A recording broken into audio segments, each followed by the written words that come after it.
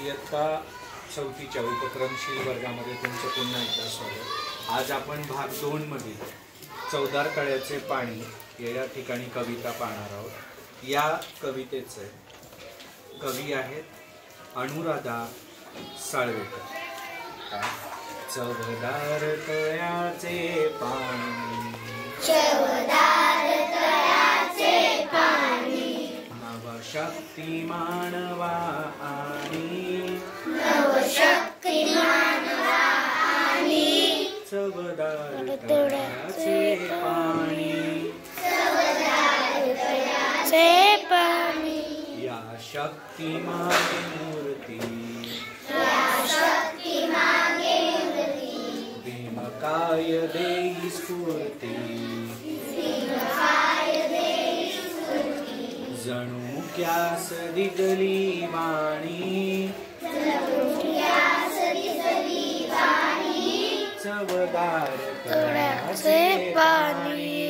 चवदार तळ्याचे पाणी, चवदार तळ्याचे पाणी, चवदार तळ्याचे पाणी, नवशक्ती मानवा आणि नवशक्ती मानवा आणि चवदार तळ्याचे पाणी, चवदार तळ्याचे पाणी, तेजाब जलाचे झाले, तेजा बदलाचे झाले, दीनांना प्रेरित केले, दीनांना प्रेरित केले, अन्यायासाठी लढुनी, अन्यायासाठी लढुनी, नवशक्ती मानवानी, नवशक्ती मानवा आणि चवदार तळ्याचे पाणी, चवदार तळ्याचे पाणी, नवशक्ती मानवा आणि नवशक्ती मानवा आणि चवदार तळ्याचे पाणी, चवदार तळ्याचे पाणी, नाकारुण परंपरेला, नाकारुण परंपरेला, स्वीकारुन मानवतेला, स्वीकारुन मानवतेला, करुणेची आर्तवीरांनी, करुणेची आर्तवीरांनी, चवदार तळ्याचे पाणी, चवदार तळ्याचे पाणी, चवदार तळ्याचे पाणी, चवदार तळ्याचे पाणी, नवशक्ती मानवा आणि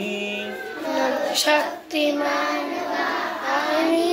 चवदार तळ्याचे पाणी, चवदार तळ्याचे पाणी, आत्मभान जागे केले, आत्मभान जागे केले, मानवा समीपण दिदळे, धम्मचक्र ये परतोणी, धम्मचक्र एक परतोणी, नवशक्ती मानवाणी, नवशक्ती मानवा आणि चवदार तळ्याचे पाणी, चवदार तळ्याचे पाणी, नवशक्ती मानवा आणि नवशक्ती मानवा आणि चवदार तळ्याचे पाणी, चवदार तळ्याचे पाणी, चवदार तळ्याचे पाणी, चवदार तळ्याचे पाणी, चवदार तळ्याचे पाणी।